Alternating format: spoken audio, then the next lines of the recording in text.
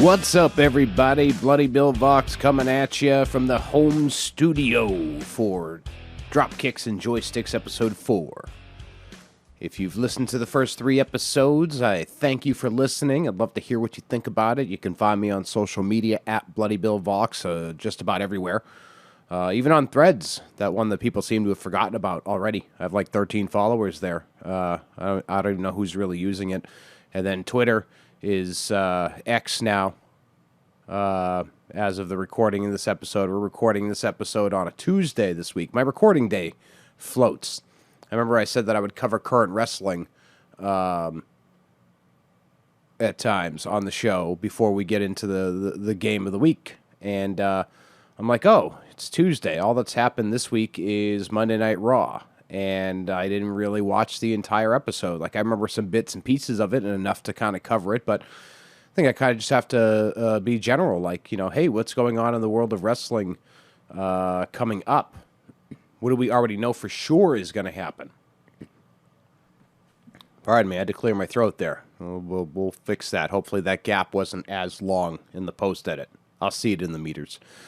Anyway, last night's Monday Night Raw was a decent show. The July 24th edition of the broadcast, very heavy on the SummerSlam build. We saw Rhea Ripley take out Liv Morgan. I thought seeing Liv Morgan on TV without a sling or whatever indicated she was fine, but the rumors that she had like a wrist injury and that's what she was holding, so almost stands to reason that Liv might have done that spot with Rhea injured already as a means of writing her off.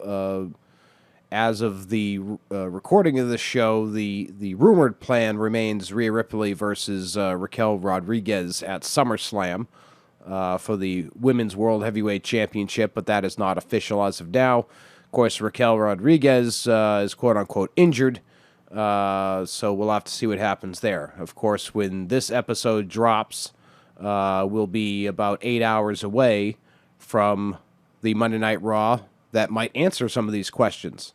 SummerSlam takes place on Saturday, August 5th, and it's shaping up to be a pretty wild show so far. Well, we already know about it, Roman Reigns and Jey Uso and Tribal Combat, and I've seen a lot of people dismiss it as, it just sounds like a typical no DQ match, but you got to watch the facials, the visuals, and all that stuff to understand that it's more than just a no DQ match. It is, it's clearly something that means a lot to both guys because despite their heated battles in recent months, they shook hands, they put their minds together, a meeting of the minds. It was very symbolic. Once Roman knew that the elders had suggested it, I'm very intrigued on where that's going to go. We got Cody and Brock at SummerSlam also. We're going to have Becky and Trish. We're going to have Seth and Finn. All sorts of good stuff going on. We got Asuka, Charlotte, and Bianca on the SmackDown side. SummerSlam's always a great card. Even if the stories leading in aren't always the strongest, SummerSlam has emerged as like a second WrestleMania in the WWE calendar. So I think that's going to be a really good card from the WWE. So I look forward to seeing it. Judgment Day has been dominating the airwaves lately, and it could be a big night for them at SummerSlam. Finn Balor, they keep pushing the narrative that if Finn wins the World Heavyweight Championship from Seth Rollins, Damian Priest will cash in on him immediately. That's the narrative Seth has been pushing at Finn. So it could be a big night for the Judgment Day, and it could also be their implosion of sorts if Finn Balor did win the World Heavyweight Championship and Damian Priest did cash in on him. We'll be interested to see what happens with Rhea Ripley. Dominic Mysterio is the current NXT North American Champion. As of the recording of this episode, we've yet to find out what he's going to be doing at the NXT special on July 30th, which will have happened the day before this episode drops. Man, how do I keep the time straight? So when this episode drops, it will be July 31st, and the Great American Bash will have just happened. I got to figure this out some way, somehow. But, Judgment Day has been very strong, but are they heading towards a split? I think SummerSlam will answer some of those questions. Even if Seth Rollins defeats Finn Balor and retains the World Heavyweight Championship, I wouldn't be surprised to see Damian Priest cashing in at SummerSlam. Damian Priest has been on fire since WrestleMania Backlash, or they just call it Backlash this year. I think it's called the Backlash this year. But anyway, he's been on fire since that event when he wrestled Bad Bunny in Puerto Rico. It was like a star-making moment for him. So he could be heading for another star-making moment. We'll have to see what happens there. But SummerSlam ought to be a really good show. And then on the AEW side, I won't spend too much time talking about AEW right now, just because when this episode drops, we're after this episode for their calendar is a very weird thing, because I'm recording on a Tuesday. Their weekly TVs start tomorrow, on Wednesday, July 26th. Then there'll be some TV on Friday, July 28th, Saturday, July 29th. This episode drops on Monday, so I have no clue what will have happened on their show or what's going to be happening. It's an odd time to talk AEW. I mean, if I ever record on, say, a Thursday, I might be able to talk about some of their recent stuff. But, I mean, they're heading towards Wembley Stadium, All In, and then Chicago for All Out. They're going to have two major events inside of a calendar week. One, the Wembley on a Sunday, which will be an afternoon show for the domestic fans because it'll be in London, which means over there it'll start at 8 p.m., I believe is the start time. Here it'll be like a 3 p.m. start time. So that'll be nice on a Sunday because I officially hate Sunday pay-per-views. I absolutely hate Sunday pay-per-views now. WWE and even AEW to some extent got us spoiled with the Saturday. You know, it's great. Some people argue Saturday's not a great night for wrestling. I mean, I don't know. When I throw a pay-per-view party on these Saturdays, it goes fine. When I do host one, I have a house full of people and they're loud and they're enjoying the show and everything else. So I don't know. I think Saturdays maybe on traditional TV aren't so great, but the big events on a Saturday, absolutely, it's a great day for it. And then you've got Sunday to relax. So like if you go crazy during the event and throw back a few adult beverages, you've got Sunday to relax. But anyway, All In being in London means it's a Sunday afternoon event, which I can get behind 100% because I basically hate the Sunday pay-per-view now. And I know WrestleMania is a 2-night event, so it's Saturday and Sunday nights. We can make some exceptions here and there, but for the most part, I don't like these things on Sunday anymore.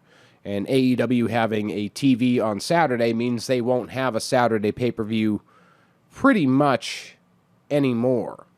Because let me check my calendar real fast here. I was about to start clicking around on my computer, which I kind of have to do because I have to keep something active anyway. But let's see. Oh, it's all Saturdays or Sundays. I'm sorry. So they're both Sunday events. Damn it. I thought maybe they were just going to do away with the Collision TV for a week. Damn it. All right. Well, anyway. That's enough current talk. I just got very discouraged. That's 2 straight weekends. At least one of them is in London. But 2 straight weekends with a Sunday pay-per-view. Damn you, AEW. Damn you. But anyway, let's jump into the game this week. I just want to give a heads up as we get going with recording here that the office is a little disconjointed right now. So if things sound a little broken up in the recording, maybe I'm in one tone and then all of a sudden I'm in a different tone. I may have had to stop recording and resume again. Hopefully that's not something that'll be a regular thing, but a little wild in here right now. It's been busy times. So just a heads up that, if it sounds weird all of a sudden, there was probably a gap between me talking and then talking again. I'll do my best. Thank you for being here. Thank you for listening. Wherever you may be, whether it's YouTube or Spotify. All right, so the game of the week. Let's officially get it going here. WCW versus the World. Oh, the fond memories I have of this game. I was so excited for WCW to have an entry onto the PlayStation 1.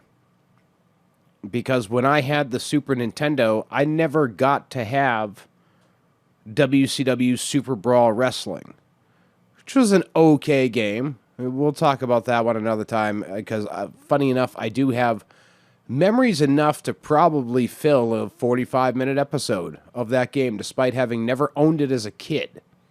I have memories of it thanks to a friend. So we'll save that for another time.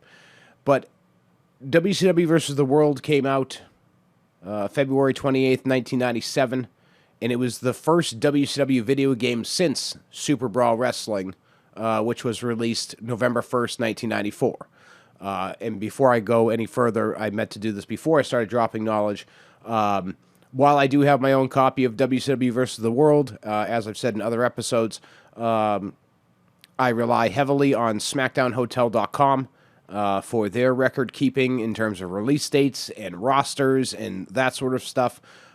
So most of these dates and things of that sort that I will mention, I'm using them as a reference, specifically for the dates and the full roster with who they are mimicking, because this game features a lot of looks like but isn't exactly characters. And we'll talk about those in a few.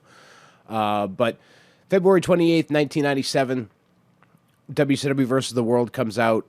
I remember getting this one right when it released, and I really tried before I sat down for this episode to remember what led me to be able to buy a game in February for the PlayStation 1 in 1997 when I would have just turned 12. I wouldn't have had a job, so it's not like a paycheck paid for it. I might have still had some birthday money, because my birthday was like 5 weeks prior, so I might have saved some money. A third option, and very quite possibly the way it happened, is there was a family friend, my sister's godfather. For our birthdays, he used to say, "All right, we'll get together, we'll go out, we'll have lunch, we'll get you, whatever you want," kind of thing. He was that kind of guy who wanted to take you out and buy you the gift, have the good time. So I could speculate that maybe what happened there is old Chuckster asked me what I wanted for my birthday in 97, and I might have said, "I'd like to wait for my gift because I want this game." I know he did that for me with WCW Nitro. That was my birthday gift from him, and that didn't come out around my birthday, or I didn't get it right away for my birthday. I don't have the release date of Nitro in front of me, but I know it came in 98, I think early 98. So that might be how I got it. But either way, I had this game right when it came out, so I just don't remember how. Might have even done some trade-in stuff, but I would have had to trade in my Super Nintendo, and I feel like by that time, I had already put my fist through it. Friggin' American Gladiators, man. The most infuriating Super Nintendo game I ever played. Despite what the controls told you to do, it was very unresponsive at times, and it got the better of me. I put my fist through the top of my Super Nintendo. Amazingly, I saved it with duct tape, right? Saved it with duct tape, and it worked for another 2 years, wrapped in duct tape. Pretty crazy. But I might have traded in some games, too. But either way, the end result is that I got this game when it first came out. And I've seen critics kind of drag this game a little bit over the years because one quote that I grabbed specifically in my notes, let me, you hear the paper here, that's me flipping through. I didn't write down a quote, but I wrote down what I read. So it gets dragged by some critics for, quote, stepping into 3D wrestling without putting a solid game behind it. And I don't know, maybe I'm a simple man with simple expectations, but before I sat down to record this episode, I wanted to take a look at the game myself. And obviously, if you're watching on YouTube, we did some gameplay to accompany this episode. But before I recorded that gameplay, before I recorded this episode vocally, I sat down and turned on WCW versus the World, I forgot about the really rad intro video. And I didn't include it because it would have gotten me a WWE copyright strike and probably banned the episode. But I'm sure you can find it out there on YouTube somewhere they haven't caught on yet, but they seem to catch on pretty well with when their footage is in there. It's like zip. Even if you mask it, they get it pretty well. But when I sat down with the game, I played a couple of matches, and I was like, wow, this still holds up really well. Is it a perfect game? Absolutely not. It was great for its time, in my opinion. Like I said, a lot of folks like to drag it and kind of say, oh, well, it was a solid step into 3D wrestling, but the game wasn't solid. I don't know. At the time, I had never seen a game with 60 wrestlers in it. Granted, only 15 of them were actual WCW talents, but the other 45 were folks that could easily be likened to other talents that wrestled in Japan or previously in WCW. I've got the full list in the game roster. It's 60 deep. We'll go over it in a moment. Just because there's one in particular that we got to address when it comes down to the game. But at the time, there had been no games with a roster that big and as many different rings and arenas. At least for my experience, anyway, it was the first real attempt at an expansive wrestling game in this disc-based era of video gaming. Because even on the Sega CD, the only wrestling game I'm aware of that hit that was Rage in the Cage, and that was basically Royal Rumble, the subject of last week's episode. It was basically Royal Rumble beefed up and with a steel cage. It even used the same menu music as the Royal Rumble game. So WCW versus the World really took a step out there, and as somebody that had been watching WCW since like 91, 92, I can't remember exactly when I discovered it on TBS on our TV, but I had never been able to own a WCW video game. Like I said, I never owned Super Brawl Wrestling. I only ever got WWF games. So when a WCW game hits the PlayStation 1, at a time where WCW is really starting to set the wrestling world on fire with the NWO angle and Crow Sting and the Cruiserweights and everything that was going on each and every episode of Monday Nitro, I was so excited to sit down and be able to do what I talked about doing with, the other games so far, my own super cards, except this time it was going to be with WCW. And it was going to be with all these wrestlers that I did recognize. Because even though, let's see, for example, we got Bad Blood in the game as a character. Like, if you look at the thumbnail for the character in that game, it's very clearly the Great Muta.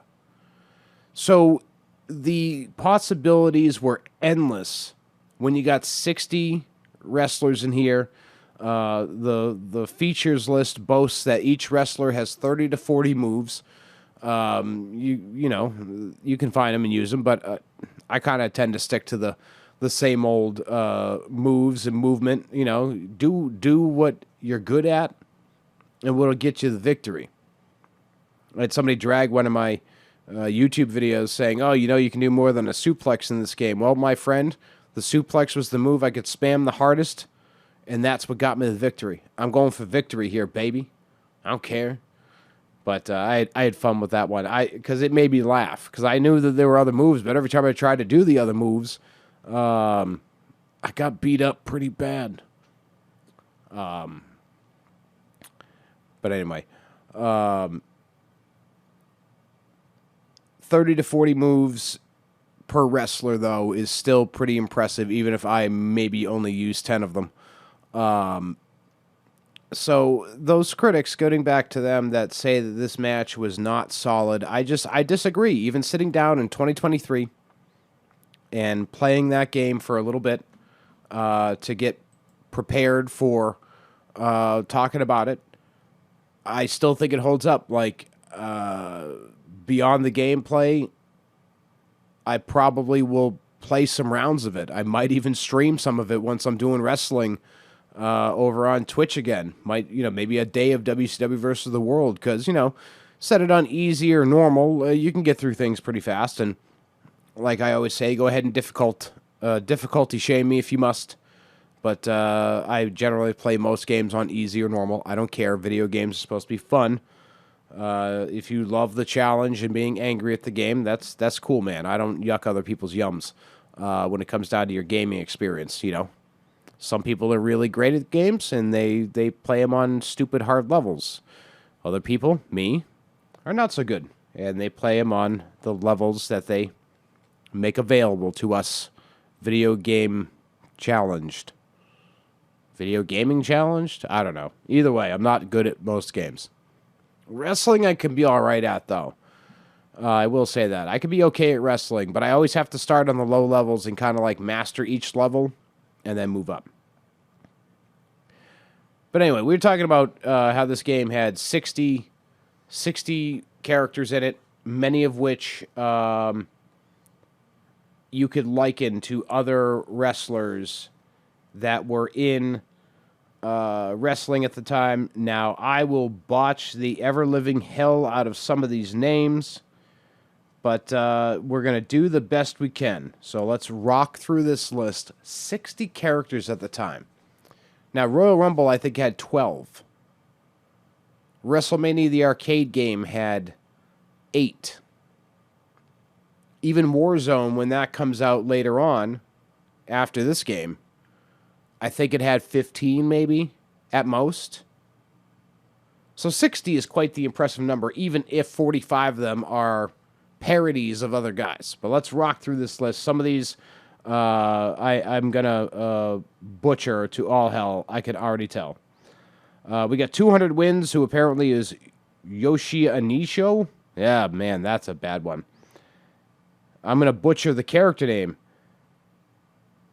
Abispa? Abispa apparently is Jushin Thunder Liger. Akira is Akira Maeda. Bad Blood is the Great Muta. Bare Breath is Gary Albright. Billy Gaijin is Scott Norton. Black Belt is Taka Michinoku. The Black Ninja is the Great Sasuke. Blackheart is Tarzan Goto. Bolt Jameson is the Power Warrior. Then we have our first actual character, Chris Benoit. The Count is Stan Hansen. Dakota is Hiroshi Hase. David Harley is Sabu. Dean Malenko is Dean Malenko. Dojo is Shinya Hashimoto. And we got Eddie Guerrero. We got El Bolador is Hiroshi Tenzan. Fujigami is Tatsumi Fujinami. The Giant is an unlockable character. Grizzly is Bruiser Brody, also an unlockable character. Habanero is Hayabusa. And we've got Hollywood Hulk Hogan playing himself. Jaguar is Tiger Mask, unlockable. Jeff Jarrett, unlockable. Kaiji is Yoshiaki Fujiwara. We'll say Fujiwara on that one. Fujiwara Armbar. Kapuna is Toshiaki Kawada. I feel like I did okay on that one. Kimchi is Koji Kiyato. Or no. Koji Kitao. There we go. I flipped my letters. A little dyslexic moment there. Konaka is Shiro Koshinaka. This is a fun one. La Masquerade is Mil Mascaras. That's an unlockable character. Lex Luger. Mad. It's Riki Koshu. I literally, I don't know how to say it. Mad something. Mad Oahu. Dear Lord. Failed big time. Major Tom is Terry Funk. Now, I looked at that thumbnail. I don't see it in the face. So, I guess I should have thrown at the top that I don't necessarily know that these likenesses are all accurate, because when I looked at the Terry Funk, that's the one that made me start questioning. But, whatever. Moving on, we got Masahiro Chono. Love me some Chono. MoMA is Nobuhiko Takada. I probably messed that up. Mongol is Keiji Muto. Mongrel is Jumbo Saruta. Mukluk is Kensuke Sasaki. Now, this is the one I take a little bit of issue with. Just a smidge, because I'm like, damn, that's pretty savage. Overdose is Road Warrior Hawk. I felt like that was a little too inside baseball. At the time, I didn't know it. I was like, oh, that's Road Warrior Hawk. I wonder why they call him Overdose. You know, I didn't really think about it as a child. But as an adult looking back at it, I was like, all right, well, I know smart marks, as they put it, have been around for a very long time, and people have been subscribing to the Wrestling Observer and the like for a number of years, which means Hawk's substance abuse issues were likely printed in a number of these newsletters. So there was probably a segment of people who saw this when it came out, and they saw Overdose with a likeness of Road Warrior Hawk, and they were probably like, wow. Like, I thought that was just a little too inside baseball to call Hawk Overdose. But what you going to do, right? Yeah, I don't know. I looking back on that one, that's something from a video game that doesn't necessarily age too well. Like, I wouldn't go starting a social media movement over it or anything like that, but when we look back at our history, we can say certain things didn't age very well. I think that one be filed under there. Let's get back to the list because we've got 21 left of the characters in this game. Puchetta, I don't know. It's Onita. Then we got Ric Flair and Rick Steiner. Saladin is I don't know, Tenru. We're just gonna say it's Tenru. Let's see. I gotta filter my list here. I gotta keep my phone around here. Like I said, this office is disconjointed today. Let's get back to this here. Samoa is the Giant Baba. Samsung, I skipped one. Samsung is Kenta Kobashi. Then we got Scott Steiner. Shanghai is Carl Gotch. Shaolin is Hakushi. Sherlock is Ken Shamrock. Siberia is Dr. Death Steve Williams. Steel Talon is Antonio Inoki. That's an unlockable. Carl Gotch was an unlockable also. Steven Regal. Sting. The Unknown, which is the Super Delphin. Thunderdome, which is Bas Rutten. The Turk, it says, was the Dynamite Kid, but it has Vader's moves. That's interesting. The Ultimo Dragon. Yuraki, which is Masakatsu Funaki. Wu Fang, that name pops me because, you know, Wu-Tang is for the kids. And don't fuck with the Wu-Tang because they ain't nothing to fuck with. Wu Fang is Mitsuharu Misawa. And our final character in the game is Yamajiwa, which is Kazu Yamazaki. Holy moly. I'm glad I don't have to do that on a regular basis. Now, if I did have to say Japanese wrestling names on a regular basis, I would certainly go out of my way to learn them better. But, I mean, I did the best I could with all things considered. So, yeah, I did the best I could. I hope you don't mind. Ha, ha, ha, ha, ha. All right, let's get back to last bits of feature with the game. There were a multiple of different modes you could do. We had League Challenge, which is where you would take on WCW or the various other independent promotions that they have in the game. Unfortunately, it looks like my notes didn't save what League Challenges there were. So while I talk about the other modes, I'm going to go ahead and look up the League Challenge. So we can get at least the promotions in there, because, you know, I like to have that stuff together. But in addition to the League Challenges, we had best of 7 matches, we had exhibition matches, we had elimination matches, we had tournament matches, we had League, which was kind of patterned after Japanese, almost like the, what's going on right now, the G1 Climax, for example.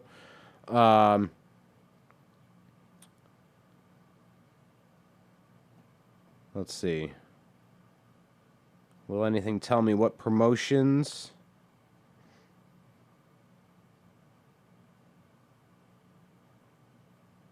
No. Well, that's a shame. I'm very sorry. I should have had that Well, I had it written down, I thought, or maybe I didn't have it written down, and maybe I did have it written down, but I didn't put it in my notes. Either way, I should have made sure of that ahead of time. So I apologize that I'm not altogether prepared here. It's the one note that I don't have prepared. Well, I'll keep trying to find it while I keep talking. And if I can find that list, we'll come back to it so we don't spend too much time dawdling around, because I figured I'd find it by the time I finished with all the game modes, but I did not. So, League Challenge, Best of 7 Exhibition, Elimination, Tournament, League, and Double Title, which was a very cool situation to have going on in your game. So at the time, in 1997, when this game came out, like I said, WCW was really starting to really set the wrestling world on fire. And here we go, right as I get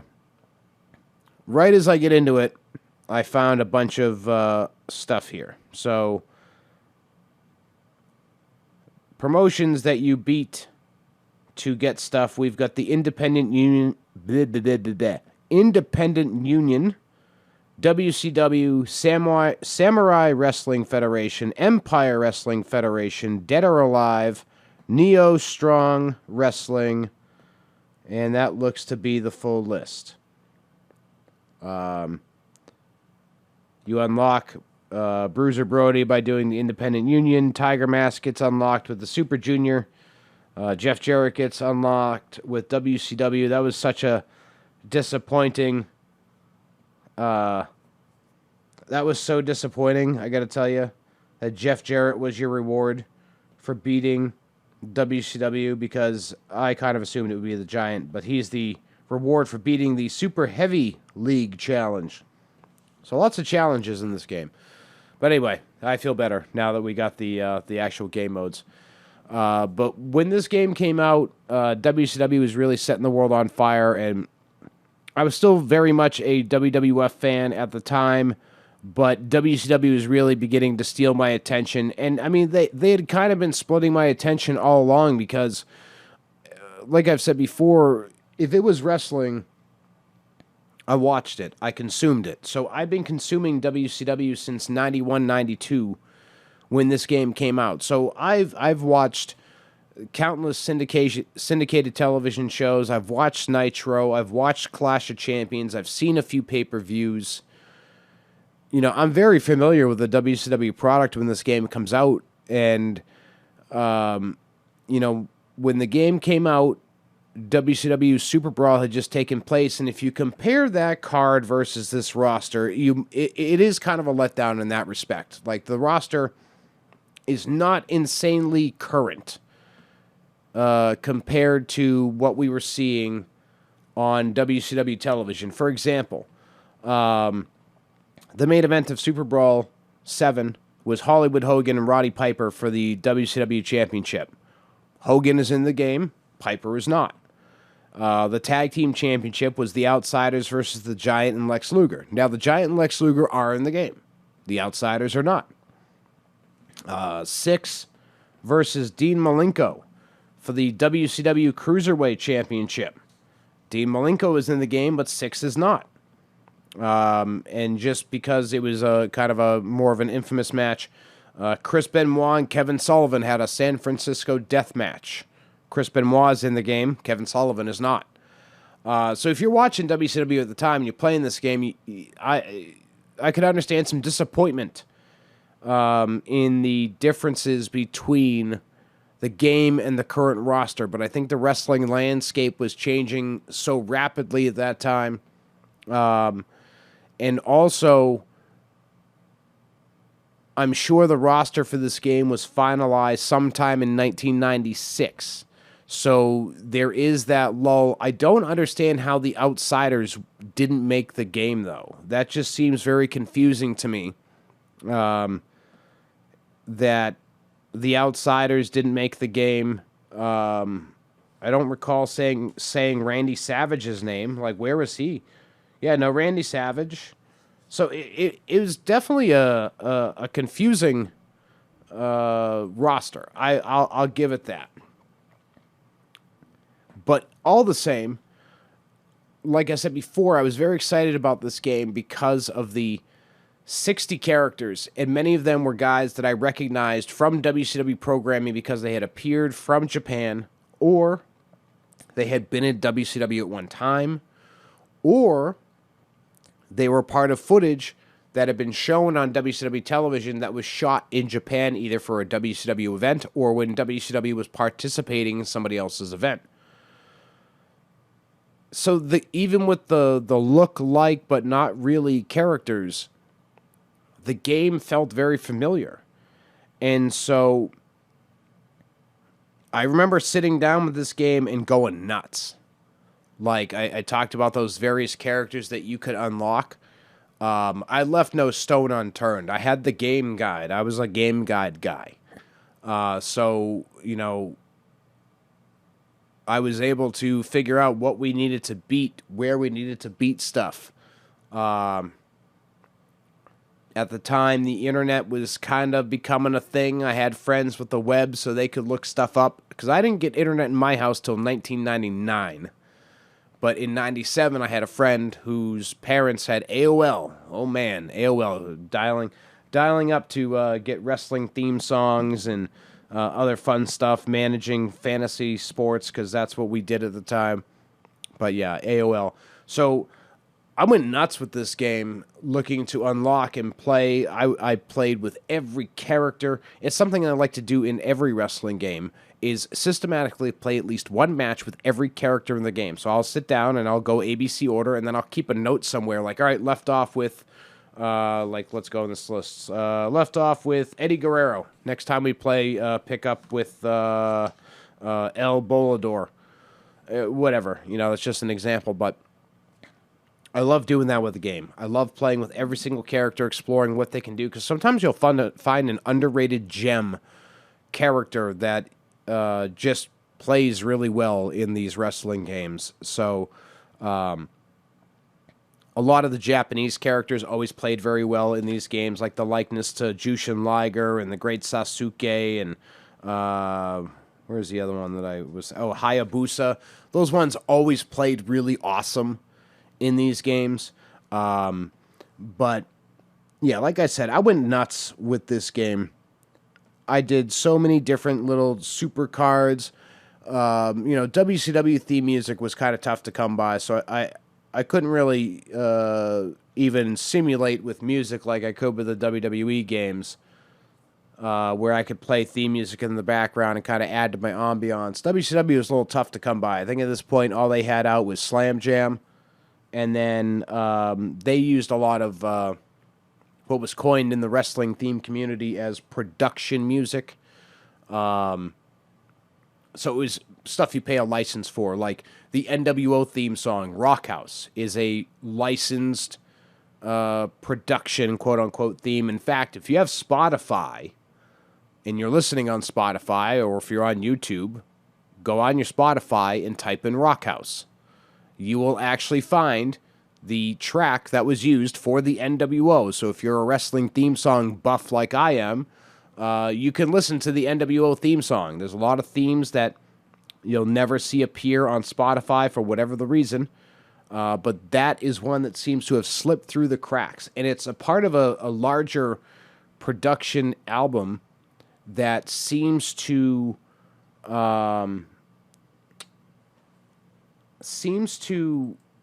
have some other songs that were used, but I can't put my finger on who used them. But the most recognizable one on there is Rock House. So there's a little theme song note for you.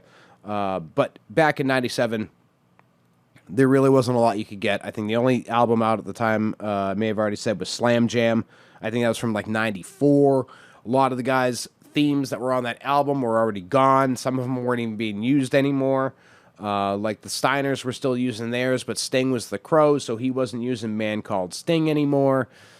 So had to kind of, accept that there wasn't going to be a musical ambiance. But man, when I sit down and do my little supercards, sit down, do my little supercards, and just really, really enjoy it because, like I said, I was really excited for this game because of the inclusion of Japanese talent and where I was familiar with them. They weren't really included, but they were included. You know what I mean? But WCW versus the World was just... It was great. I know I kind of arrive at that, even with WWF Attitude last week, I dragged it for where it needed dragging, but then at the end, I'm like, nostalgia, baby. WCW versus the World still holds up in that respect and in that manner. I think it's great. I think the game deserves playbacks. I think it deserves more love than it gets. And I know that I'm looking forward to throwing down on some more WCW versus the World. Because at the time of recording this episode, like I said, I sat down prior and recorded some stuff. And not recorded some stuff. I sat down and played to get ready for recording. There we go. My brain got a little disconjointed there. Sat down and played some stuff, and it lit me up, and I was excited to record the gameplay, and I know based on how I was feeling at the time of recording this episode that I was excited to play some more. So maybe look out for some WCW versus the World content over on YouTube at Bloody Bill Vox. But I think at this point, I think I've really covered a lot of what I could talk about with WCW versus the World. Of course, after this, the next game that came out from WCW versus the World was WCW Nitro. Unfortunately, it was a big-time step backwards in terms of control and all of that stuff. But it was a great step forward in terms of graphics, in my opinion. It was getting closer to looking a little more like almost realistic, like with the WWE acclaimed games when they were doing WrestleMania, the arcade game, and In Your House, kind of going for that Mortal Kombat look. WCW seemed to be trying to go for that look with Nitro. Unfortunately, they fell flat on their face with Nitro and subsequently Thunder. We'll talk about those another time.